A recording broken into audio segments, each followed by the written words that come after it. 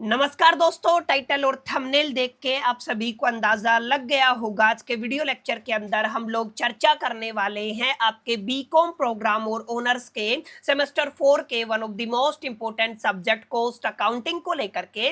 उम्मीद करता हूं आप सभी इत्मीनान से इस वीडियो लेक्चर के दरमियान मेरे साथ आखिरी तक बने रहेंगे। और हाँ, अगर आपको ये वीडियो हेल्पफुल लगता है, कंटेंट यूजफुल लगता है, तो इस वीडियो को लाइक करके अपने तमाम दोस्तों के साथ शेयर जरूर करेंगे। तो विदाउट वेस्टिंग द टाइम चलिए शुरू करते हैं। बाय डिफरेंट, जैसा कि आप सभी मेरी स्क्रीन पे देख पा रहे होंगे, आज का हमारा video lecture one shot video lecture होने वाला है, जहां पर हम बेसिकली कॉस्ट अकाउंटिंग से जुड़े हुए मोस्ट इंपोर्टेंट न्यूमेरिकल को काफी डिटेल में, काफी गहराई में जाकर के प्रैक्टिस करने वाले हैं। आप ध्यान दीजिएगा, इस चीज से कोई फर्क नहीं पड़ने वाला।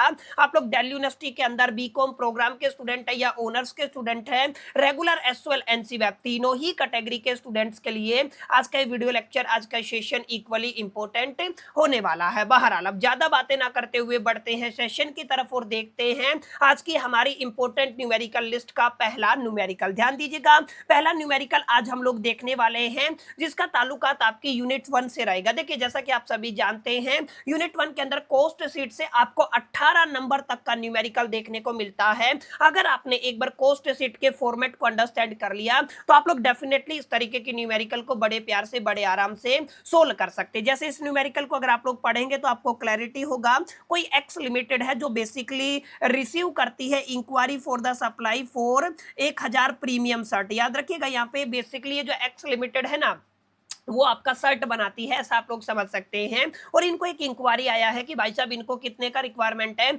1000 प्रीमियम शर्ट का रिक्वायरमेंट है। और जहां पे the cost are estimated under, जो आपका 1000 कोस्ट का, 1000 टी शर्ट का जो कोस्ट है वो कुछ इस तरीके से है। सबसे पहले आपका रॉ मटेरियल दिया गया है सर, यहाँ पे करीब करीब 1000 टी शर्ट के लिए 2500 मीटर कपड़ा लग जाएगा। और 1 मीटर कपड़े का कोस्ट कितना है, 40 रुपए है। ये आपको याद रखना है। इसी तरीके से डायरेक्ट वेजेज आपके गिवन है। आपके डायरेक्ट वेजेज आपको बेसिकली 10,000 घंटे के लिए पे करने हैं। और 1 घंटे के लिए आपको कितना रुपया पे करना है सर, 4 रुपया पे करना है। इसी तरीके से जो वेरिएबल ओवरहेड की बात करते हैं, तो ये आपका फैक्ट्री ओवरहेड है, वो 2.40 पर लेबर आवर है। सेलिंग एंड डिस्ट्रीब्यूशन 16,000 है। उसके अलावा आप लोग फैक्ट्री की बात करते हैं, फिक्स्ड ओवरहेड के अंदर तो 6,000 रहेगा। और फिक्स्ड के अंदर ही सेलिंग एंड डिस्ट्रीब्यूशन कितना गिवन है सर, आपका 14,000 गिवन है। आगे क्वेश्चन क्या कहता है, आपको कॉस्ट शीट को प्रिपेयर करना है, जहां पे ये बताया गया है कि सर आपका जो प्रॉफिट है ना, वो 20% ऑन द सेलिंग प्राइस है। समझ में आए? तो क्वेश्चन मोटा मोटा ये है कि आपको कॉस्ट शीट को तैयार करना। अब सबसे पहले समझिएगा, कॉस्ट शीट का फॉर्मेट आपको पता होना चाहिए। कब प्राइम कॉस्ट आएगा, कब फैक्ट्री कॉस्ट या वर्क कॉस्ट आएगा, कब टोटल कॉस्ट आएगा, कब आपका कॉस्ट ऑफ प्रोडक्शन आएगा। ये कुछ कुछ ऐसी बातें हैं जो फॉर्मेट के अंदर हम लोगों ने काफी डिटेल में, काफी गहराई में जाकर के अंडरस्टैंड कर लिया था। यहाँ पर हम लोग केवल और केवल उनका प्रैक्टिकल इंप्लीमेंटेशन करने वाले हैं। तो सबसे पहले आपका डायरेक्ट मटेरियल आ जाता है, डायरेक्ट लेबर आ जाता है, ये आपको ध्यान रखना है। तो सबसे पहले देखिए ऊपर क्या लिखा हुआ है सर, आपको कॉस्ट शीट लिखा हुआ है, ये पर्टिकुलर का कॉलम है, ये आपका अमाउंट का कॉलम है। और यहाँ पे जरूरी बात क्या है सर, जरूरी बात ये आपको समझनी है कि सबसे पहले रॉ मटेरियल की कैलकुलेशन करनी है। सर रॉ मटेरियल कितना लगेगा, 2500 मीटर कपड़ा लगेगा। 1 मीटर के लिए कितना प्राइस है सर, 40 रुपए प्राइस है। अगर आप लोग आपस में मल्टीप्लाई कर देते हैं तो आपका अमाउंट 1 लाख रुपया बन जाता है। इसी तरीके से डायरेक्ट वेजेस की बात करते हैं, तो 10,000 घंटे का वेजेस आपको पे करना है। 1 घंटे का कॉस्ट 4 रुपए है। कुल मिलाकर के आप लोग क्या कहेंगे सर, 40,000 हो जाएगा। अगर आप लोग यहाँ पर देखेंगे इस फॉर्मेट के हिसाब से, अगर आप लोग इन दोनों को टोटल कर देते हैं, तो सर आपका क्या आता है, प्राइम कॉस्ट आता है। 1 लाख के अंदर 40,000 ऐड करेंगे तो सर कितना आ जाएगा, आपका 1,40,000 आ जाएगा। तो ये आपका बिल्कुल सिंपल सा फंडा था। ये पहली स्टेप थी कि प्राइम कॉस्ट आपने निकाल लिया, ठीक है। अब प्राइम कॉस्ट के अंदर जैसे ही आप लोग फैक्ट्री ओवरहेड को ऐड करते हैं ना, तो आपका फैक्ट्री कॉस्ट या वर्क कॉस्ट आपको मिल जाता है। जैसे यहाँ पे अगर आप लोग देखेंगे फैक्ट्री ओवरहेड की अगर आप लोग बात करते हैं, तो यहाँ पे बताया गया है फैक्ट्री ओवरहेड आपका फिक्स्ड है, कितना है सर, 6,000 रुपया है। तो मैंने फिक्स्ड ओवरहेड यहाँ पे लिख दिया सर, 6,000 रुपए है। वेरिएबल की अगर आप लोग बात करते हो तो ध्यान दीजिएगा, वेरिएबल के केस में इसने साफ साफ बताया हुआ है। वेरिएबल की अगर आप लोग बात करते हो तो हमें 10,000 घंटे का काम चाहिए, यानी कि आपको 10,000 घंटे देने हैं। और यहाँ पे 1.40 पर आवर का ही बेसिकली यहाँ पे कॉस्ट दिया गया है, ठीक है। दोनों का आपस में मल्टीप्लाई करेंगे तो 24,000 आ जाएगा। अब आपको क्या करना है, 1,40,000, 6,000 और 24,000 को ऐड करेंगे तो 1,70,000 आ जाएगा। जैसे ही प्राइम कॉस्ट के अंदर आप लोग फैक्ट्री ओवरहेड को ऐड करते हैं अकॉर्डिंग टू द क्वेश्चन, तो आपको क्या मिल जाएगा, आपको फैक्ट्री कॉस्ट या वर्क कॉस्ट मिल जाएगा। ये बात आपको याद रखनी है, ठीक है। अब एक बार आपने वर्क कॉस्ट निकाल लिया ना, उसके बाद आपको क्या करना है, जो भी आपका सेलिंग एंड डिस्ट्रीब्यूशन ओवरहेड है उसको ऐड कर देना है। जैसे सेलिंग एंड डिस्ट्रीब्यूशन के अंदर एक तो फिक्स अमाउंट है, कितना है सर, 14,000 है, तो 14,000 यहाँ पे आ जाएगा। सर एक आपका वेरिएबल आएगा, सर वेरिएबल कितना गिवन है, सर यहाँ पे गिवन था सेलिंग एंड डिस्ट्रीब्यूशन के अंदर 16,000, तो आप लोग क्या करेंगे, इसमें ऐड कर देंगे, तो 16,000 प्लस 14,000 प्लस में 170, तो कुल मिलाकर के आपका 2 लाख अमाउंट बन जाएगा। और अगर आप लोग ध्यान से देखेंगे, जैसे ही आपने फैक्ट्री ओवरहेड या जो आपका वर्क कॉस्ट है ना, इसके अंदर अगर आपने सेलिंग एंड डिस्ट्रीब्यूशन कॉस्ट को ऐड किया तो टोटल कॉस्ट कितना बन गया, सर आपका 2 लाख बन गया। अब समझने वाली बात है, क्योंकि क्वेश्चन ने क्या कहा था, सर आपका प्रॉफिट कितना है, 20% सेलिंग प्राइस के ऊपर है। अगर आप लोगों को डायरेक्टली सेलिंग प्राइस ना गिवन हो ना, तो आप लोग 20% किसका निकाल लेंगे, सर टोटल कॉस्ट का निकाल लेंगे। तो अगर आप लोग 2 लाख का टोटल अगर आप लोग निकालते हैं 20%, यानी कि क्या निकालेंगे, 20% निकालेंगे, तो जो आपका सेलिंग प्राइस है ना उसका क्या निकालना है, 20% निकालना है। क्या निकालना है सर, 20% निकालना है। या फिर आप लोग यहाँ पे देखिए मोटा मोटा तौर पे 25% कॉस्ट का भी पकड़ के चल सकते हैं। तो जैसे आप लोग इसको कैलकुलेट करेंगे कितना आ जाएगा, 50,000 आ जाएगा। 2 लाख के अंदर अगर आप लोग 50,000 ऐड करते हैं तो सर आपका कितना अमाउंट आ जाएगा, 2,50,000 अमाउंट आ जाएगा। क्लियर, ये आपको थोड़ा सा ध्यान में रखना है। अब यहाँ पे क्वेश्चन में पूछा क्या गया था, आपको सर कोट करना है पर शर्ट का कितना प्राइस आएगा। तो पर शर्ट के लिए आपका टोटल कॉस्ट कितना है, सर 2.5 लाख है। आपको कितनी शर्ट का ऑर्डर मिला है, 1,000 शर्ट का ऑर्डर मिला है। दोनों का अगर आप लोग डिवाइड कर देंगे तो सर कितना आ जाएगा, सर आपका 250 निकल के आ जाएगा। समझ में आया, तो इस तरीके का सवाल आपको देखने को मिल सकता है। बिल्कुल इजी है, जस्ट अगर आपने फॉर्मेट समझा हुआ है तो आप लोग इजीली इस क्वेश्चन को टैकल कर सकते हैं। बताइए यहां तक बात आपको समझ में आई या नहीं आई। अगर कोई भी डाउट रहता तो कमेंट सेक्शन में जरूर बताइएगा। नेक्स्ट पार्ट जब अपलोड करूंगा ना, वहां पे मैं आपके डाउट को क्लियर कर दूंगा, ठीक है। अब एक और क्वेश्चन देखते हैं, जहां पे बेसिकली ये तो आपका सीधा था, आपका डायरेक्ट रॉ मटेरियल था और डायरेक्ट लेबर गिवन था। यहाँ पे कोई आपको कॉम्प्लिकेटेड एंट्री देखने को नहीं मिलती थी, लेकिन कई बार क्लोजिंग स्टॉक और आपका ओपनिंग स्टॉक गिवन होता है। रॉ मटेरियल के अंदर भी, आपका बेसिकली वर्क इन प्रोग्रेस के अंदर भी और फिनिश्ड गुड के अंदर भी। यहाँ पे तो फिनिश्ड गुड का भी चक्कर नहीं था, तो वहां पे आपको प्रॉपर स्टैंडर्ड फॉर्मेट को फॉलो करना पड़ेगा। जैसा कि आप सभी यहां पे देख पा रहे हैं, सर आपको कॉस्ट शीट निकालना है। सबसे पहले आपको सेल्स गिवन है 8 लाख रुपए का है, कोई चक्कर नहीं। अगर आप लोग आगे चलते हैं तो सर 1/8/2008 को आपको 40,000 का मटेरियल गिवन है और 31/12/2008 का मटेरियल कितना है, सर 32 का है, ठीक है। अब आपको समझना है, सर ये जो 40,000 है ये आपका ओपनिंग स्टॉक है, ये जो 32,000 है रॉ मटेरियल का क्लोजिंग स्टॉक है। इतना आपको आइडिया लग गया होगा। इसी तरीके से WIP का जो ओपनिंग स्टॉक है वो 55,000 का है। WIP का जो क्लोजिंग स्टॉक है वो कितने का है, 72,000 का है। फिनिश्ड गुड के ओपनिंग स्टॉक की बात करते हैं तो 64,000 गिवन है। फिनिश्ड गुड के क्लोजिंग स्टॉक की बात करते हैं तो 1,51,300 गिवन है। ये सारा डेटा गिवन है। मटेरियल कितना परचेज किया गया है, 1,52,000 का परचेज किया गया है। डायरेक्ट लेबर कितना है, 1,45,000 है। मैन्युफैक्चरिंग ओवरहेड कितना है, सर आपका 1,08,000 है। सेलिंग एक्सपेंस कितना है, सर 50,000 है। और आपका जर्नल जो आपके ऑफिस एक्सपेंस है कितना है, सर आपका 40,000 है। आपको तैयार क्या करना है, कॉस्ट शीट तैयार करना है। अब आपको समझना ये है कि अगर आपको ओपनिंग स्टॉक और क्लोजिंग स्टॉक दिया जाए ना, तो एग्जैक्टली किस फॉर्मेट के अंदर रखना है और कैसे कैसे चीजों को आपको मूव ऑन करना है। तो ध्यान दीजिएगा, ये आपका कॉस्ट शीट रहेगा, अगेन आपका पर्टिकुलर का कॉलम रहेगा। यहाँ पे जो आप लोग जर्नल कैलकुलेशन करते हैं, जर्नल कैलकुलेशन के बाद जो स्टैंडर्ड कैलकुलेशन है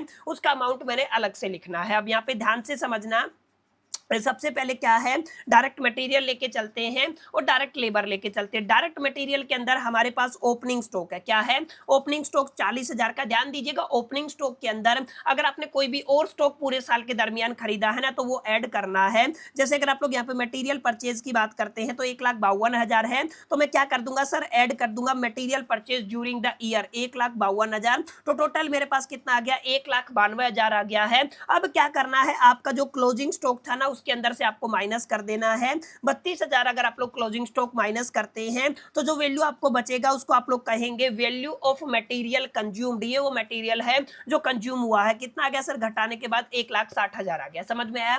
यानी कि जब भी आपको ओपनिंग स्टॉक और क्लोजिंग स्टॉक गिवन होगा तो आपको ओपनिंग स्टॉक ऑफ मटेरियल लिखना है। उसके बाद अगर आपने पूरी साल कोई भी मटेरियल खरीदा है तो उसको प्लस कर देना है और उसके बाद क्लोजिंग स्टॉक को माइनस कर देना है। तो आपके पास जो वैल्यू आएगा वो आपका मटेरियल कंज्यूम्ड का वैल्यू आ जाएगा। ठीक है, अब इस मटेरियल कंज्यूम के अंदर अगर आप लोग डायरेक्ट लेबर को ऐड कर देते हो जो कि 1,45,000 गिवन था तो टोटल कितना आ जाएगा सर? 3,05,000 आ जाएगा। ये क्या निकल आया सर? ये आपका बेसिकली प्राइम कॉस्ट निकल आया, क्योंकि प्राइम कॉस्ट के अंदर अमूमन आप लोग डायरेक्ट मटेरियल और डायरेक्ट लेबर को कंबाइन करके चलते हैं। ठीक है, तो बिल्कुल बेसिक सी बात है, इसको आपको याद रखना है। अब बात आती है सर फैक्ट्री ओवरहेड की, क्योंकि फैक्ट्री ओवरहेड के अंदर भी ओपनिंग और क्लोजिंग स्टॉक है, लेकिन सबसे पहले फैक्ट्री ओवरहेड के अंदर आपको मैन्युफैक्चरिंग ओवरहेड गिवन है सर, कितना है? 1,08,000 है। तो सबसे पहले आपको जो आपका मैन्युफैक्चरिंग ओवरहेड है ना वही आपको ऐड करना है 1,08,000। जैसे ही आप लोग ऐड करते हैं 3,05,000 के अंदर 1,08,000 तो आपको मिल जाएगा 4,13,000। अगर आप लोग प्राइम कॉस्ट के अंदर फैक्ट्री ओवरहेड ऐड कर देते हैं तो आपको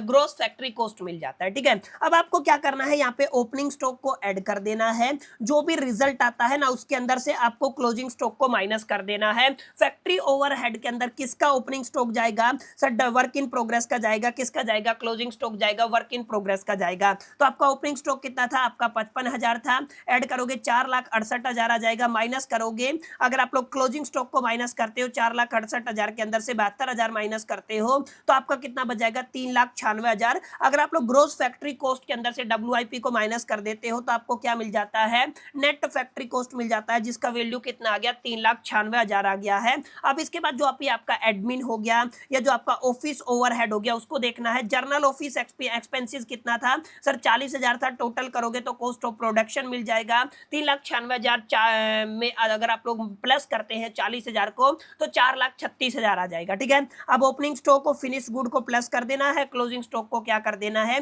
माइनस कर देना है। तो आपको मिल जाएगा कॉस्ट ऑफ गुड सोल्ड कितना आ जाएगा सर? माइनस करने के बाद आपका 3,48,700 आ जाएगा। ठीक है, लास्ट एंड फाइनल क्या रहता है सर? हमारा सेलिंग एंड डिस्ट्रीब्यूशन ओवरहेड रहता है। ये सर अगर आप लोग यहाँ पे देखेंगे सेलिंग एक्सपेंस 50,000 गिवन है, 3,48 में 50 ऐड करेंगे तो 3,98,700 हो जाएगा। ये आ गया कॉस्ट ऑफ सेल्स। और यहाँ पर अगर आप लोग बैलेंसिंग फिगर की बात करते हैं, क्योंकि आपको यहाँ पे गिवन था एक अमाउंट, दैट इज द आपका सेल्स कितना था सर? 8 लाख का गिवन था। ठीक है, तो आपका बेसिकली सेल्स कितने का आएगा सर? सेल्स तो 8 लाख का आएगा। हमारे पास कॉस्ट ऑफ सेल्स कितना है? 3,98,000 है। अगर आप लोग 3,98,700 को 8 लाख में से माइनस कर देते हैं तो हमें जो फिगर मिलेगा ना वो आपका 4,01,300 रहेगा। इसको आप लोग प्रॉफिट भी बोल सकते हो या तो बैलेंसिंग फिगर भी बोल सकते हो। ठीक है, तो ऐसे आपको करना, इस तरीके के फॉर्मेट को आपको तैयार करना है। और ये सारी बातें अभी हम लोग बहुत डिटेल में नहीं जाएंगे, ना ही इतना समय रहेगा आप सभी के पास कि आप लोग बहुत डिटेल कंटेंट को कंज्यूम कर सके। अभी आपको सिर्फ इतना पता होना चाहिए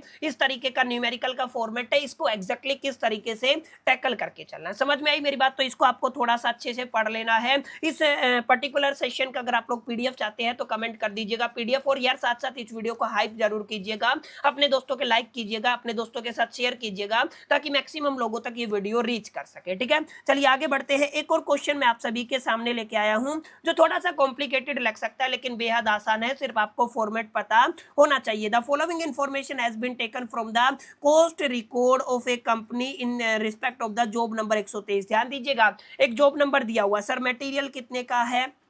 4,10 का है। यहाँ पे वेजेस की जानकारी दी गई है सर। वेजेस के केस में डिपार्टमेंट ए है, डिपार्टमेंट बी है, डिपार्टमेंट सी है।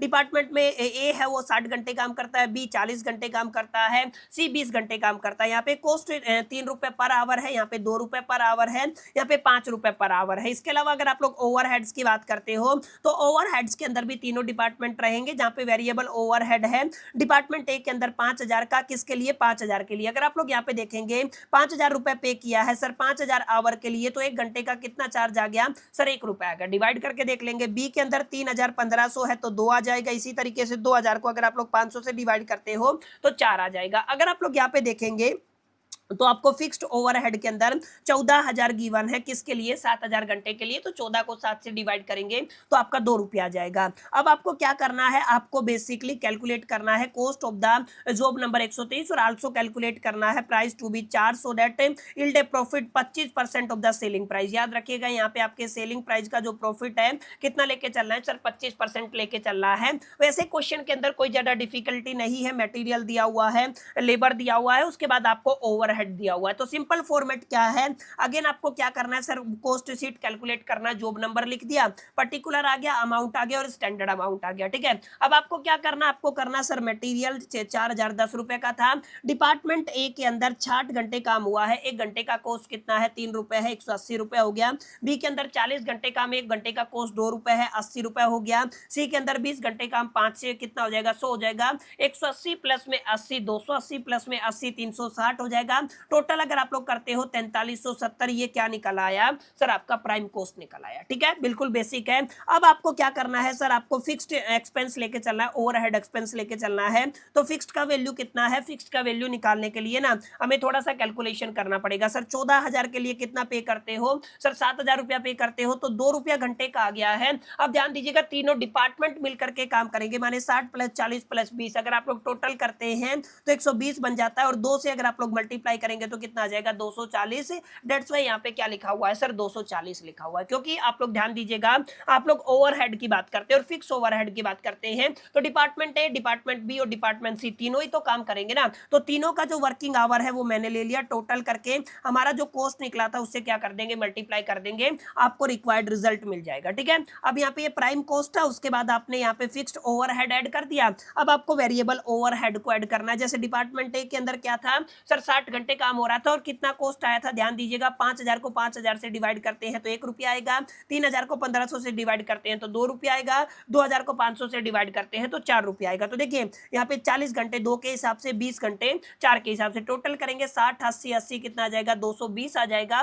अगर आप लोग प्राइम कॉस्ट के अंदर ओवरहेड को ऐड कर देते हो, बाकी कुछ गिवन नहीं है, तो यही आपका टोटल कॉस्ट आ जाएगा 4830 रुपए। अब क्योंकि प्रॉफिट की बात हुई है सर, कितनी हुई है, प्रॉफिट आपका 25% ऑफ द सेलिंग प्राइस रहने वाला है, या फिर आप लोग क्या कहेंगे, सिंपल शब्दों में क्या कह सकते हो, 25/75 ऑफ द कॉस्ट, यानी कि इसका 25/75 ऑफ द कॉस्ट निकाल लेना। 25/75 से मल्टीप्लाई करेंगे 1610 आ जाएगा। आपका सेलिंग प्राइस कितना निकल आएगा सर, आपका 6440 निकल आएगा। कोई बिल्कुल सिंपल कैलकुलेशन है। हाँ, ये जरूर ध्यान दीजिएगा, वर्किंग नोट जरूर लिखना है। जैसे अगर आपने डिपार्टमेंट ए की बात की है तो 5,000 को 5,000 से डिवाइड कर दिया, 1 रुपया आ गया।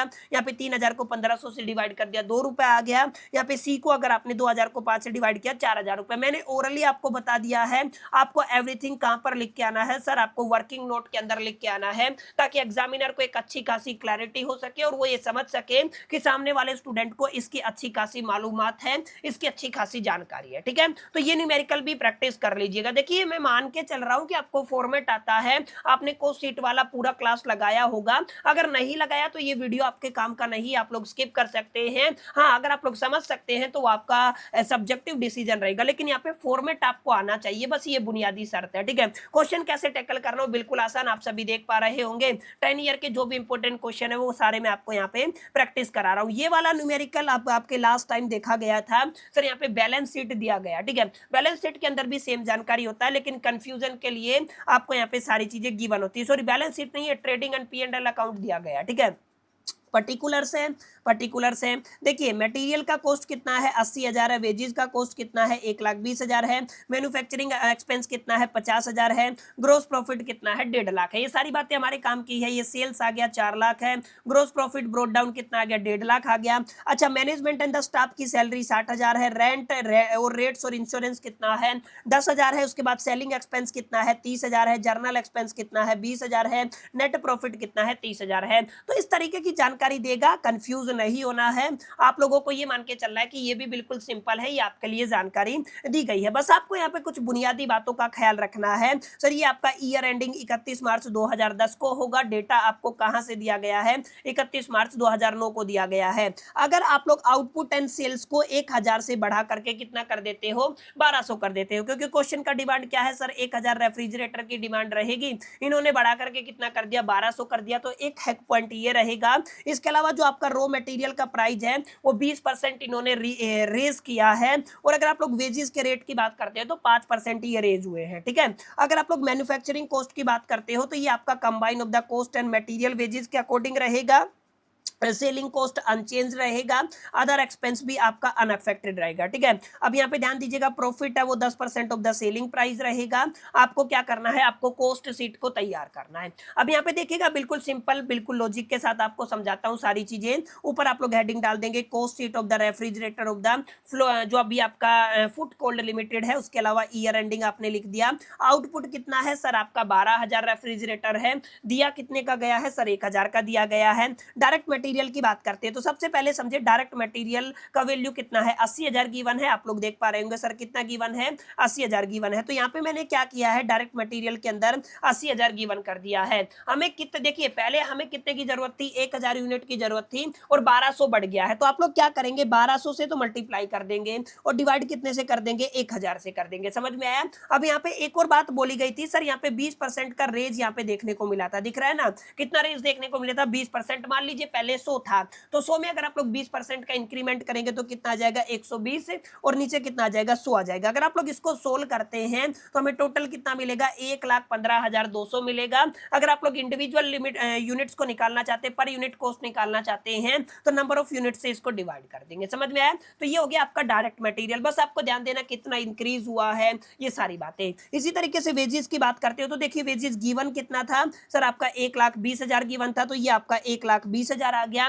कितने के लिए से सर, 1,1200 रेफ्रिजरेटर हैं। लेकिन ध्यान दीजिएगा, आपका वेजेस के अंदर 5% का इंक्रीमेंट आया सर, 5% का इंक्रीमेंट आया, माने 105 डिवाइड में 100 आ जाएगा। ऑब्वियस सी बात है, कितना आ गया, 105 डिवाइड में 100। और क्योंकि रेफ्रिजरेटर 1000 थे, 1200 हो गए, तो 1000 से क्या करेंगे, डिवाइड कर देंगे, तो आपको 1,51,200 मिल जाएगा। अगर आप लोग पर यूनिट की बात करते हैं तो नंबर ऑफ यूनिट से डिवाइड करेंगे तो आपको 126 रुपए मिल जाएगा, ठीक है। ये आपको दोनों लिखना जरूरी नहीं होता, आप चाहे तो लिख सकते हैं। अगर आप लोग टोटल करते हैं तो प्राइम कॉस्ट निकलेगा, टोटल कितना आ जाएगा, 2,66,400 आ जाएगा, ठीक है। अब यहाँ पे देखिएगा, वर्क ओवरहेड की बात करते हैं तो एक आपका मैन्युफैक्चरिंग एक्सपेंस आ गया, एक आपका रेंट एंड इंश्योरेंस तो सीधा है 10,000 है, ठीक है। मैन्युफैक्चरिंग एक्सपेंस के अंदर अगर आप लोग ध्यान से देखेंगे तो यहाँ पे लिखा हुआ है, manufacturing cost will be raised in the proportion to the combined cost of the material and the wages, ठीक है ना। मटेरियल और वेजेस का जो कंबाइंड कॉस्ट है ना, उसके अंदर जो भी आपका इंक्रीमेंट हुआ था उस हिसाब से इसके अंदर इंक्रीमेंट होगा। तो ध्यान दीजिएगा, आपका दिया कितना है मैन्युफैक्चरिंग एक्सपेंस सर, आपका 50,000 गिवन है। कितना एक्सपेंस है सर, आपका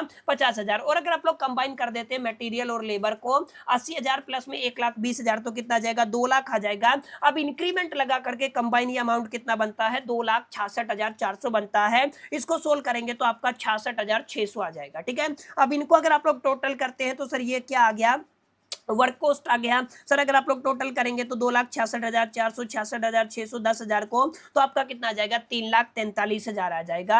अब आपको ध्यान देना सर, ऑफिस और एडमिन ओवरहेड जो गिवन है, जहां पर मैनेजमेंट और स्टाफ का सैलरी 60,000 गिवन है, जर्नल एक्सपेंस 20,000 गिवन है। टोटल कर देंगे 3,43,000 के अंदर 60,000 और 20,000, 80,000 ऐड करते हो तो 4,23,000 बनता है।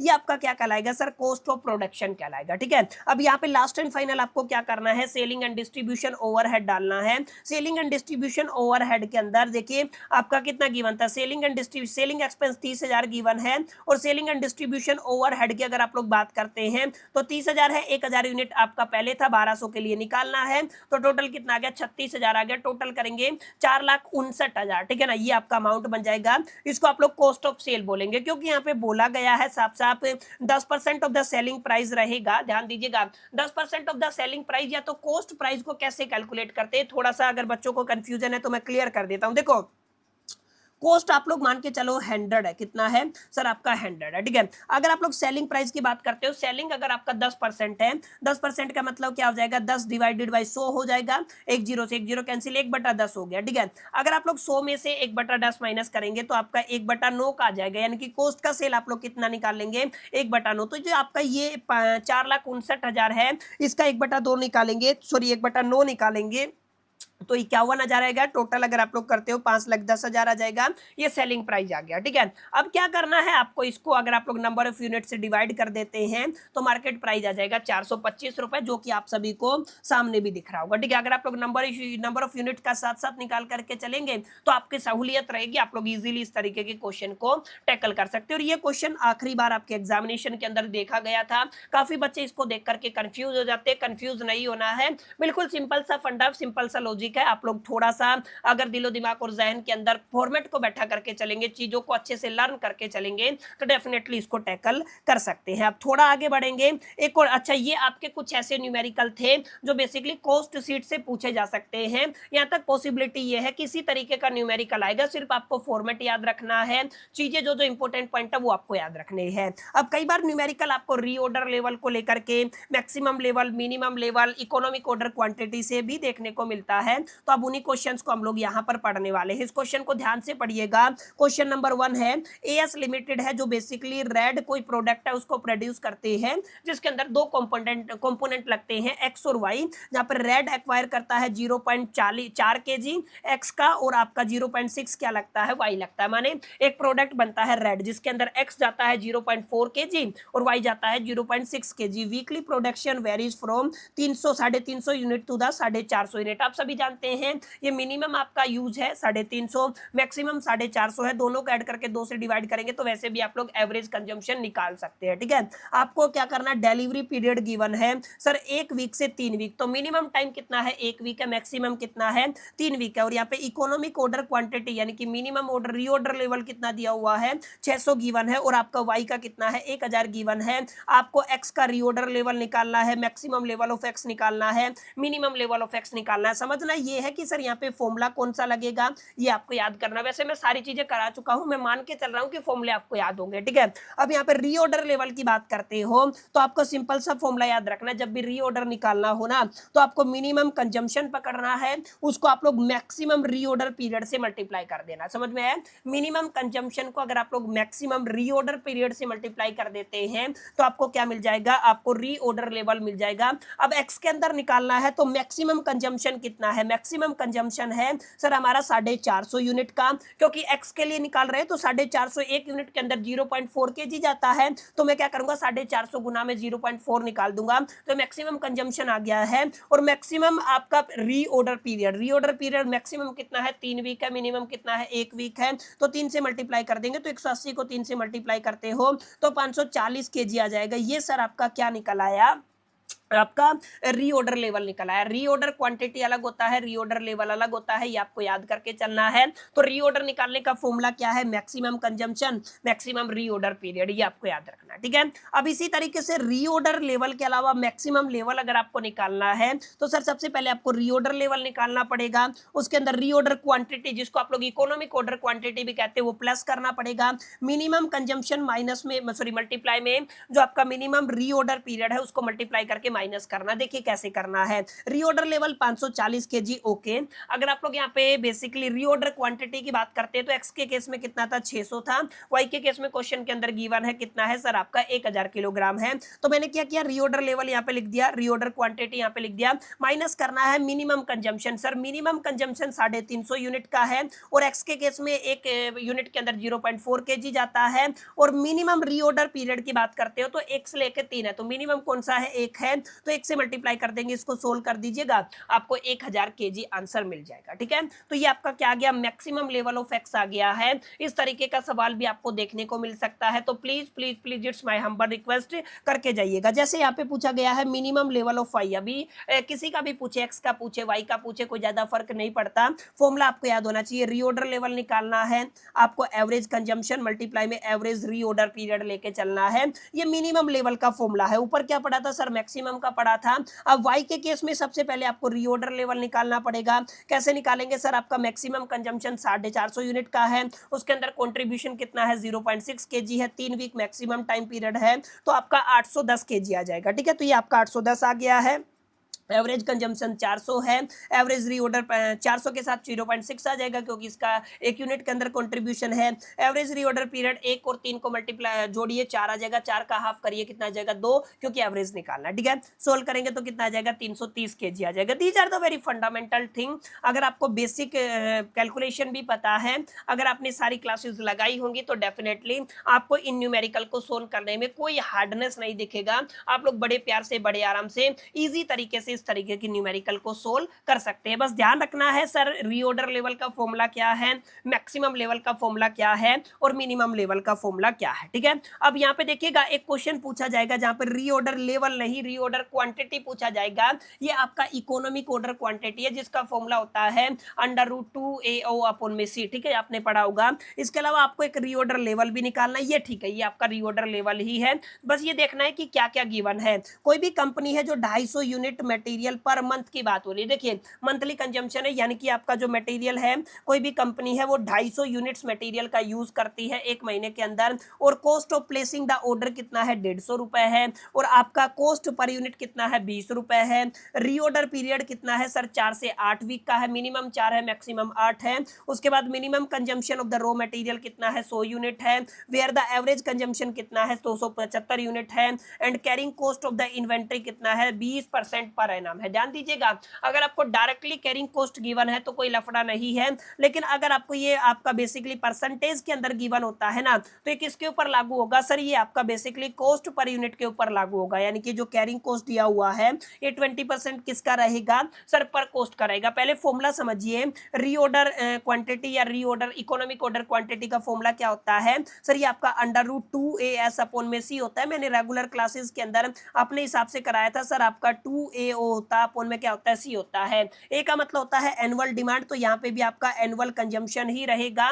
O मेरा ऑर्डरिंग कॉस्ट था, यहाँ पे इन्होंने cost of placing an order लिखा हुआ है S से, और आपका जो C है, C का मतलब क्या होता है सर, आपका केयरिंग कॉस्ट होता है। ठीक है, अब कैसे कैलकुलेट करना है समझिए। एनुअल डिमांड देखिए 2500 यूनिट एक महीने का है, 12 महीने होते हैं तो 12 से मल्टीप्लाई कर देंगे 30,000 यूनिट निकल आएगा। ठीक है, अब यहाँ पे देखिएगा cost of placing an order given है डायरेक्टली 150 रुपया है, तो 150 आ गया है। क्योंकि केयरिंग कॉस्ट 20% गिवन है तो 20 का 20% आप लोग निकालेंगे। 20 का कितना निकालेंगे 20%, तो कितना आ जाएगा 4 रुपए आ जाएगा। डायरेक्टली फॉर्मूले के अंदर प्लेस करना है सर, 2 मल्टीप्लाई में ए एनुअल डिमांड 30,000 है, आपका ऑर्डरिंग कॉस्ट 150 है और केयरिंग कॉस्ट कितना है 4 है। इसको सोल्व करेंगे तो आपको 1500 यूनिट मिल जाएगा। ठीक है, तो इस तरीके से आप लोगों को इकोनॉमिक ऑर्डर क्वांटिटी का न्यूमेरिकल सोल्व करना है। लेकिन इकोनॉमिक ऑर्डर लेवल की बात करते हैं तो अभी भी फॉर्मूला बताया था, मैक्सिमम रीऑर्डर पीरियड मल्टीप्लाई में मैक्सिमम यूजेज आपको लेके चलना है। ठीक है, अब यहाँ पे टास्क ये है कि सर मैक्सिमम यूज क्या आएगा।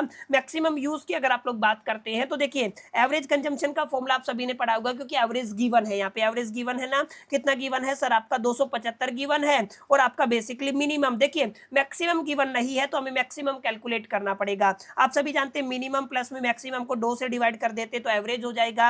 अब एवरेज 275 दिया गया है, मिनिमम 100 दिया गया है, मैक्सिमम गिवन नहीं है, 2 से डिवाइड करेंगे, 275 को 2 से मल्टीप्लाई करेंगे तो 550 हो जाएगा। 100 प्लस है इधर आएगा तो माइनस हो जाएगा, यानी कि ये कितना बन गया 450। तो ये आपका मिनिमम यूजेस कितना आ गया 450। मैक्सिमम टाइम पीरियड देखिए कितना था, 4 से 8 वीक था, तो मैक्सिमम 8 है, मिनिमम कितना है 4 है। तो आप लोग क्या करेंगे सर, यहाँ पर आप लोग बेसिकली मल्टीप्लाई कर देंगे 8 से, मैक्सिमम जो रीऑर्डर पीरियड है उसको मैक्सिमम यूज से, तो कितना आ जाएगा सर, आपको 3600 यूनिट मिल जाएंगी। बस यहाँ पे लूप होल ये है कि बिल्कुल सिंपल सा मैथमेटिक्स का रूल लगाना है कि एग्जैक्टली आपको अगर मैक्सिमम जो आपका बेसिकली कंजम्पशन नहीं गिवन होता है तो उसको आप लोग कैसे टैकल कर सकते हैं, उसके आंसर को कैसे फाइंड आउट कर सकते हैं। ठीक है, ये आपको थोड़ा सा याद रखना चाहिए। एक डाउट मैं आपको क्लियर कर देता हूँ, काफी बच्चों को यहाँ पे आया होगा, अभी मेरे को याद आया, बीच में मैंने बताया भी था लेकिन दिमाग से निकल गया सर। यहाँ पे क्वेश्चन क्या कहता है सर, यहाँ पे क्वेश्चन कह रहा है कि 20% सेलिंग है सर, कितना है 20% सेलिंग है,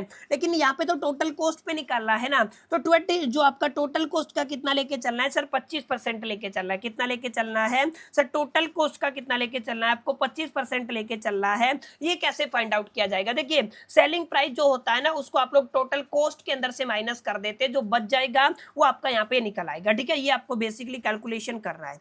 आगे चलिए, आगे अगर आप लोग चलते हैं तो हमारे पास एक और न्यूमेरिकल है। ये सी क्वेश्चन समझ में आ गया। ये सेम न्यूमेरिकल इसी तरीके की है, अगर आप लोग ध्यान से देखेंगे तो देखिए cost of placing an order कितना है, 100 रुपए है।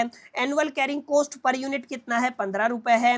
नॉर्मल यूज कितना है, 50 यूनिट का है। मिनिमम यूज कितना है, 25 यूनिट का है। मैक्सिमम यूज कितना है, 75 यूनिट का है। रीऑर्डर पीरियड कितना है, 4 से 6 है, तो मिनिमम 4 हो जाएगा, मैक्सिमम 6 वीक हो जाएगा। आपको रीऑर्डर क्वांटिटी निकालना है तो फॉर्मूला क्या होता है, वही आपका √2a ऑफ उनमें से ये आपका कुछ भी लिखे। अब ए का मतलब होता है एनुअल डिमांड। क्या होता है सर, एनुअल डिमांड। तो 2 मल्टीप्लाई में एनुअल डिमांड कितना है, 2600 गिवन है ना आपका। एनुअल डिमांड कितना है, क्वेश्चन के अंदर गिवन था, एनुअल डिमांड कहाँ गया, एनुअल डिमांड। अच्छा एनुअल डिमांड गिवन नहीं है, हमें फाइंड आउट करना पड़ेगा। सर 50 यूनिट आपकी क्या है, सर बेसिकली आपकी नॉर्मल यूज के अंदर आती है, ठीक है। तो नॉर्मल को अगर आप लोग नंबर ऑफ वीक से एक साल के अंदर 52 होते हैं, मल्टीप्लाई कर देते हैं तो आपको 2600 यूनिट मिल जाएगा। Cost of placing the order 100 रुपए गिवन है। एनुअल कैरिंग कॉस्ट कितना है सर, 15 गिवन है, आपको सिर्फ आगे पुट करना है। सर क्या होता है फॉर्मूला 2 मल्टीप्लाई में ए का मतलब क्या होता है, एनुअल डिमांड 2600 है, मल्टीप्लाई में आपका क्या होता है ऑर्डरिंग कॉस्ट कितना है, 100 है, और कैरिंग कॉस्ट कितना है, 15, डिवाइड कर दीजिए सर, आपको आंसर मिल जाएगा 186 यूनिट अप्रोक्सीमेट, ठीक है।